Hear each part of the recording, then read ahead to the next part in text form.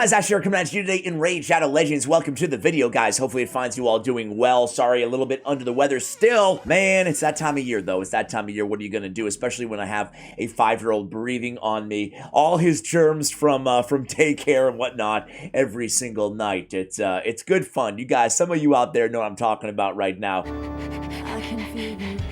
Gonna do something a lot different in today's video. I want to give a massive shout out to hellhades.com, the whole team there that maintains that amazing website. I think, you know, overall the best in Raid, so many tools there.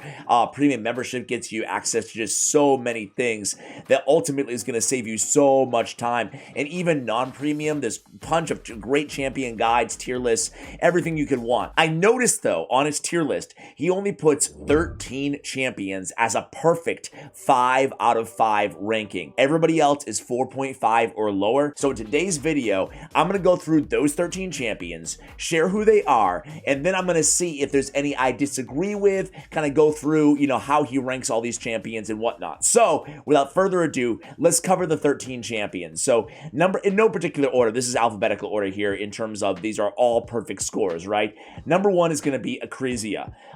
She's just insane, right? My most wanted champion by far right now inside the entire game. She's the best PvE damage dealer in the game because she has an enemy max HP attack on every single ability, plus the AoE being one of them on the A2. Just a tremendous damage dealer out there. I don't think anybody would argue with her being on the list. If I look at all the best scorers and all the best teams and all the most difficult dungeons and Hydra Clan boss, they all have Acrizia. Consider me jealous. Number 2 perfect score is going to be Duchess. I mean, this is a no-brainer to me. 4-turn cooldown, AoE revival, probably the best AoE revival inside the entire game with Veil and continuous heal on all allies. She has the built-in damage mitigation on that passive, 15% from bosses, 25% on all AoE attacks against non-bosses. Amazing in the arena. She's got the speed in all battles aura. She's got the block debuffs to increase attack 2 turns, and the perfect Veil, which is another 15% damage mitigation on AoE attacks on the perfect Veil as well. Then she has the shield on the A1. Tremendous champion, just one of the very best. The only epic that Hell Hades ranks as a perfect 5-star is Geomancer, and I would say I agree with Geomancer, but I would put another epic in the conversation as well. You might already know if you've seen my recent videos, guys, but Geomancer absolutely deserves to be there. I mean, this dude he's god tier. He's on another level, man. He's got the quicksand grasp. This just does so much damage against like basically every boss in the entire game, thanks to the Stone Guard passive. You guys are already familiar with his kit, but whether it is, you know, Iron Twins, whether it is the new boss Sand Devil Necropolis, whether it's Hydra Clan boss, I mean, this dude is a legendary, no doubt about it, in an epic skin. All right, next up is going to be none other than Krisk the Ageless over in Lizardmen. So of course you guys know Krisk. He's got the AoE decreased speed on the A1, the AoE again with Ally Protect, continuous heal on himself, increase the duration of all the buffs, the AoE Provoke, the increased speed on everybody, increased defense on himself, the decreased attack and defense on his passive, the shield on his passive.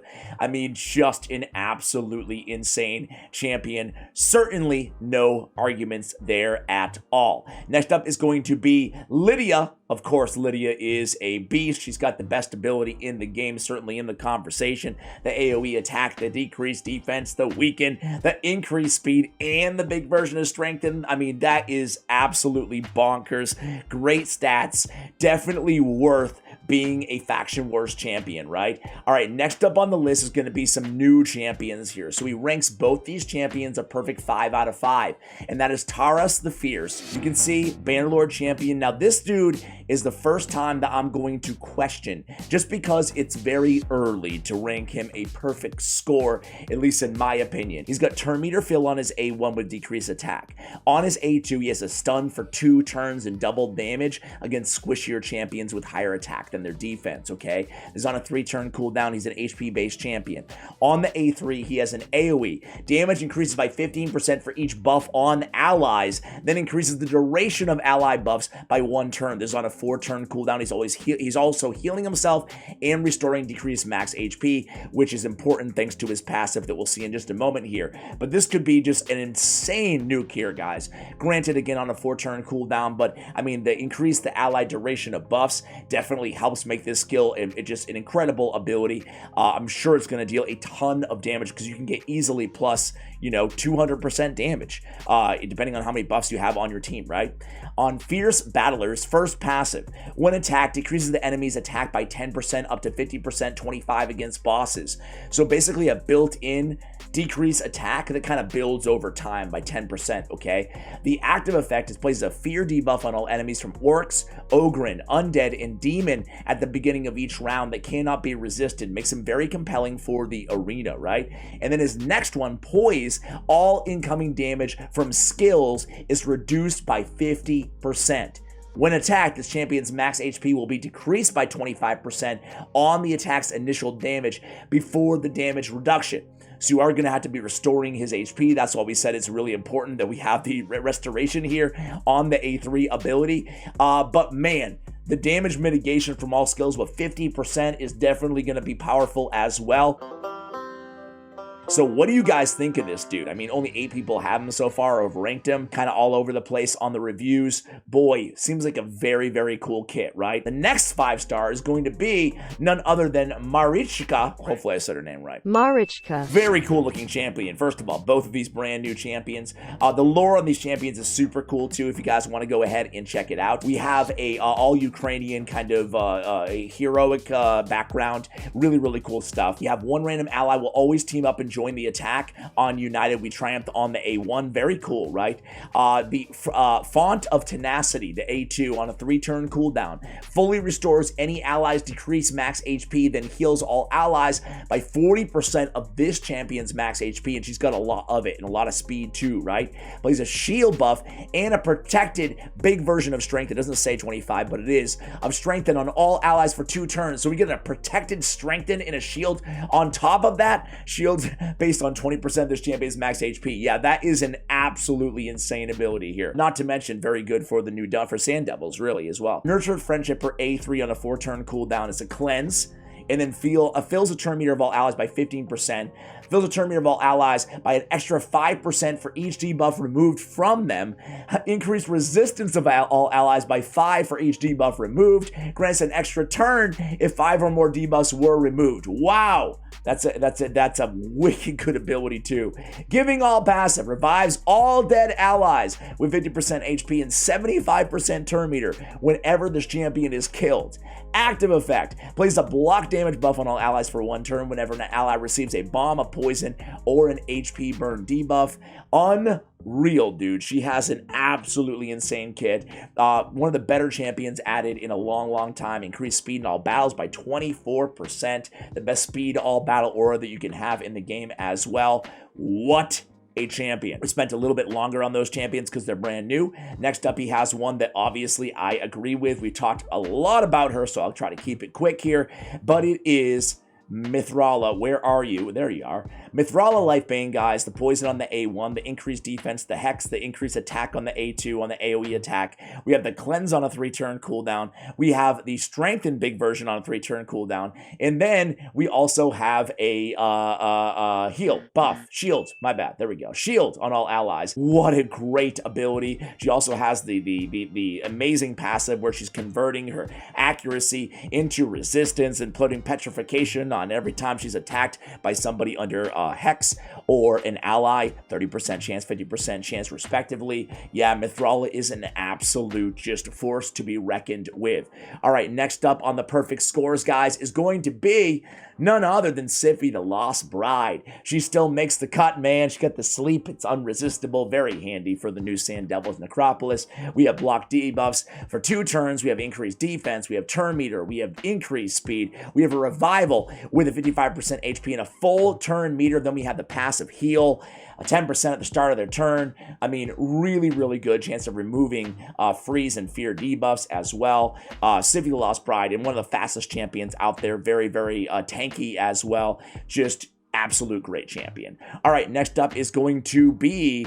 Okay, here's an interesting one. I wonder what you guys think of this dude. He gives a perfect score to Theodore the Savant. He has an AoE decreased speed on his A1, 50% chance of landing. On his A2, we have 2 poisons and a poison sensitivity on all enemies, also increased speed in all allies. On the A3, increase the duration of all poison debuffs and HP burn debuffs, then instantly activates any poison and HP burn debuffs on each enemy, places a weaken if they don't have any of those debuffs. Champion's resistance is increased by 5% for each poison debuff on the enemy team. Okay, so that's Theodore the Savant. He is one of the best kind of speed farming champions out there inside the entire game. Really cool to have that AoE decreased speed on the A1 as well. I always really love the AoEs on the A1, especially decreased speed. Kind of like Mother Cybele has the same kind of thing here on her A1. All right, next up, we have 1, 2, 3 left, guys. Any guesses? Any guesses? And then we're going to go to the tier list and we're going to talk about what substitutions I would make. And I want to hear from you guys as well, okay? This one, I'm not sure I disagree with it, but I was pretty surprised that they put Under Priest Brogni as a perfect score. So he has an HP burn on his A1, he has an AoE, chance of removing a buff, and then a chance of removing 1 random debuff from all allies with the increased value of shield. Really good ability, obviously, on a 3-turn cooldown. Then we have a block debuff and increase attack for 2 turns, also on a 3-turn cooldown. Also plays a shield buff on all allies for 2 turns. Shield cannot be removed. Man. Every time I like reread his kit, it's just like, yeah, dude, he is a boss, huh? Whenever an ally under a shield is attacked, reflects 25% of that damage inflicted onto the shield back to the attacker. Also heals that ally by 25% of the damage inflicted on that shield. So Under Priest Brogni, you know, was he the only fusion on the list?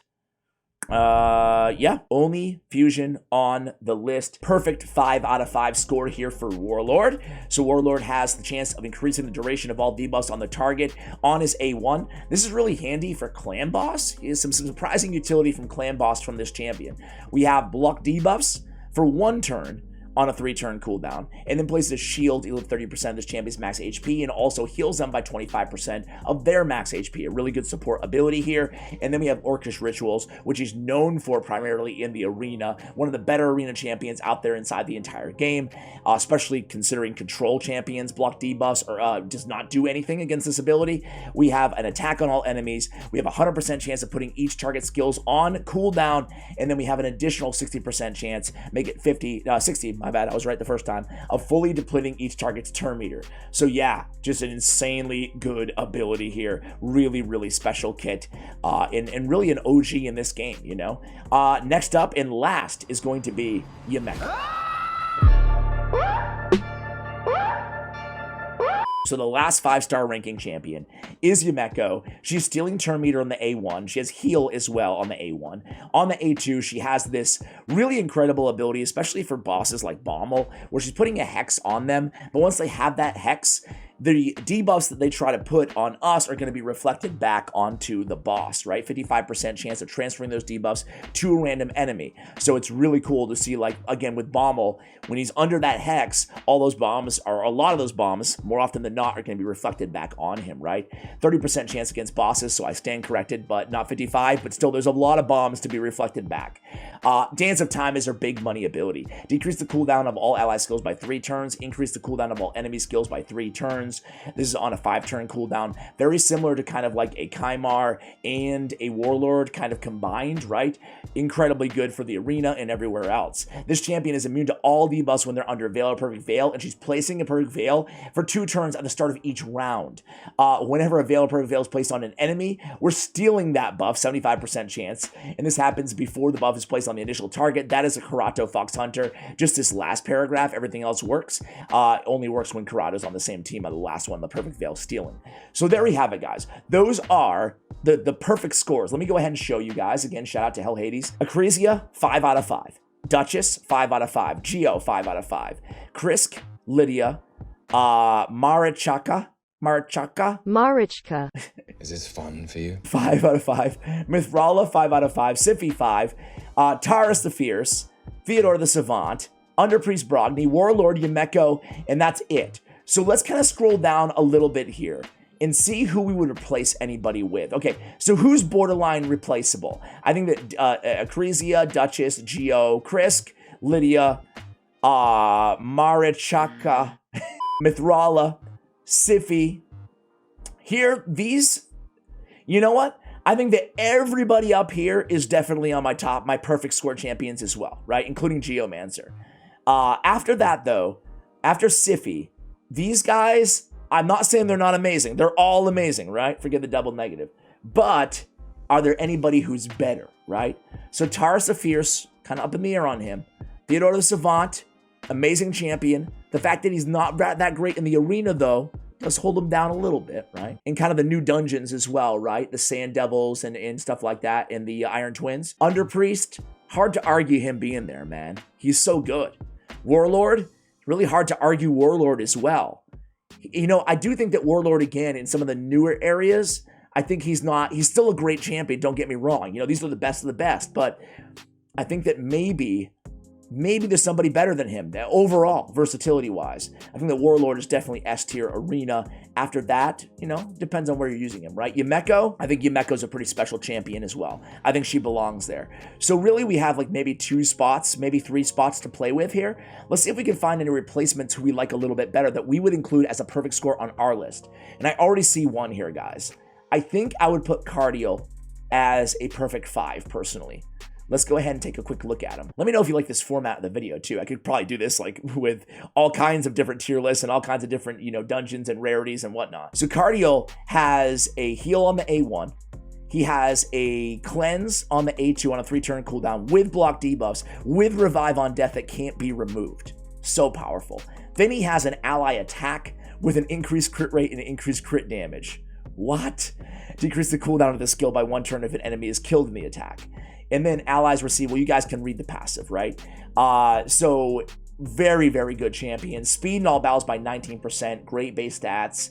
I think I would give Cardial a perfect score. So that was going to be one of them. I'm going to put Cardial in there maybe for Taurus the Fierce, okay? That's my first substitution. All right, Cupidus I think is great at 4.5. Dark Kale, Deacon, Demitha, Duck the Pierced. I think that all of them are really good at 4.5 as well. Draco, I can't argue. Drexstar, Elva. Okay, here's an interesting one. Georgid the Breaker. See, I don't have him yet, and not many people do. But I think this dude is... Wait, I don't think he's Sacred Order. I think he's Knights Revenant. Let me check that. I think that he's going to be the best. I think he's the best nuker in the game. Arena nuker in the game. Even better than Hafrak and Leo and Trunda. Here he is right here. So this is just spec... Look at his head, too. Spins around like that. That's kind of... That is bonkers. Do it again. Georgid. Why are the names so difficult? Georgid the Breaker. Sorry, guys, who have been watching this video like 2 years after he's already out. They're like, dude, come on, man. How you not know how to say that guy's name? It was just released, okay? Chance of repeating the attack on this A1, whatever. On his A2, an AoE attack. Decrease the turn meter of all targets by 30%, cannot be resisted. Unkillable on this champion for 1 turn if the attack kills an enemy, okay? Check out this A3, though. This A3 Deadly Ballet, attacks 1 enemy. He's like the Nutcracker, right? Attacks 1 enemy, will ignore Strengthen, Stone Skin, Unkillable, Block Damage, Increase Defense, Ally Protect, and Shield. Grants extra turn if it kills an enemy. And this ability, this is another reason I love Hell Hades' website here. This ability has a 5.7 godlike rating on damage, and you're getting the extra turn. So think about it this way. You're going to start in the arena, one-shot anybody, basically ignores everything, including Stone Skin. And then you come in and you AoE attack and kill everybody as well, right? It plays it unkillable if you kill anybody. A very hard-hitting ability here with multipliers as well. But this is what puts him... Because right now it's just like, okay, a great nuker. Who cares? But look at this. Crack any shell passive.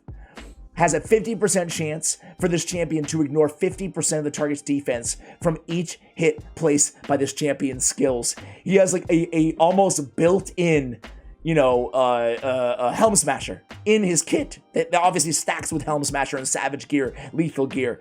His base attack is 1608. Scales so easily, man. I think he's going to be the strongest arena nuker in the game, especially with that ignore stone skin and the extra turn leading out the arena attacks. So we spent a long time on him, but I thought it was kind of worth it because he's that good in my estimation. I might put him on there. I'm not sure who I would take out necessarily. Maybe Theodore the Savant. Maybe I'd take him out and put in who I think is going to be the best. But it is early, like I said. All right, another one I'm seeing here is Helicath, right? He gets a 4.5, so we're really kind of just nitpicking here at this point.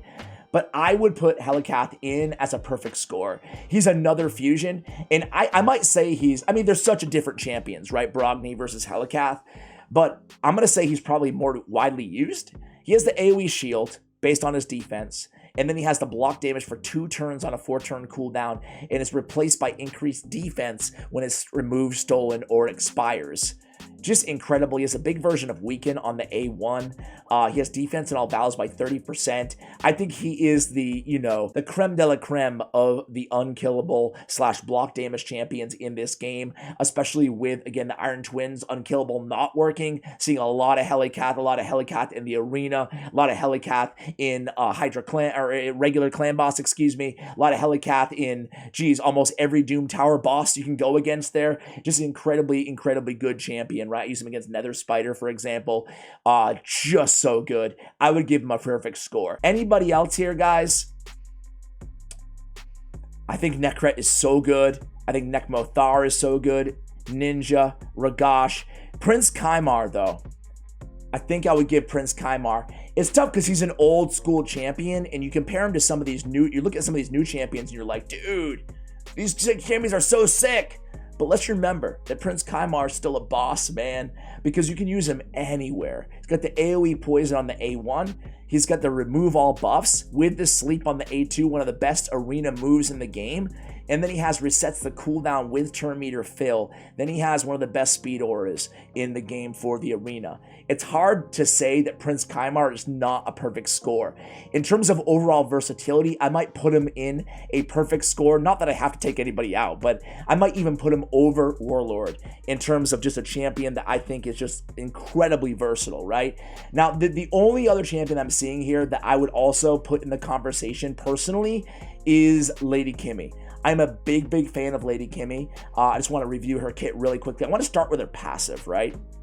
A lot of people forget about this one, but this passive is just so dynamic, especially again in longer battles. Whenever this champion places a debuff on an enemy, also decreases that enemy's turn meter by 5% for each debuff placed. Whenever this champion or an ally receives a debuff, fills their turn meter for each debuff received. Especially in again, longer battles, Hydra, incredible passive to have. She also has speed in Doom Tower battles by 30%, and she's one of the fastest champions in the game at 115 speed, over 20k HP. Nice and easy to build, super fast, and be able to take a hit, right? Spirit Flux, her A3 ability. We're removing a random buff from each enemy, then 100% chance of placing block buffs for 2 turns on enemies who have buffs removed. Also filling turn meter of all allies. Also placing increased accuracy and increased speed on all allies for 2 turns. On the A2, attacks all enemies. We have decreased accuracy, decreased speed, also 100% chance when both of decreasing each target's turn meter by 15%. And then we also have, then attacks the enemy with the highest turn meter after the first enemy that you attack. And then the second hit will have a 50% chance of decreasing target's turn meter by 15%, make it a 60% chance. Really, really good kit.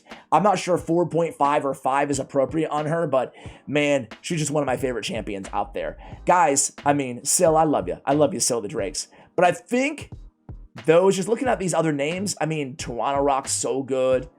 I mean, there's so many. I mean, Valkyrie, right? There's so many good champions in this game. I like that he didn't just give 5s to everybody, right? I like that it was only 13 champions. But guys, I told you about the substitutions I would make.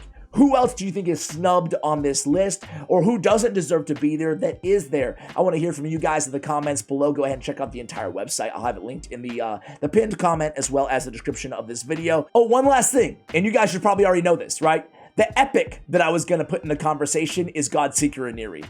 I think the Godseeker is just so incredibly good, right next to Geo. I just made a video about this, but she was the other epic that I would put in that conversation with the buff extension, with the very unique revival, resetting the cooldown of all skills, and the increased healing, and the preemptive revival. I think she's just an absolute class act. I think her and Geo are definitely as good, if not better, than the majority of legendaries in the game. That is going to do it for the video, guys. Thank you so much for watching, and as always, take care, guys.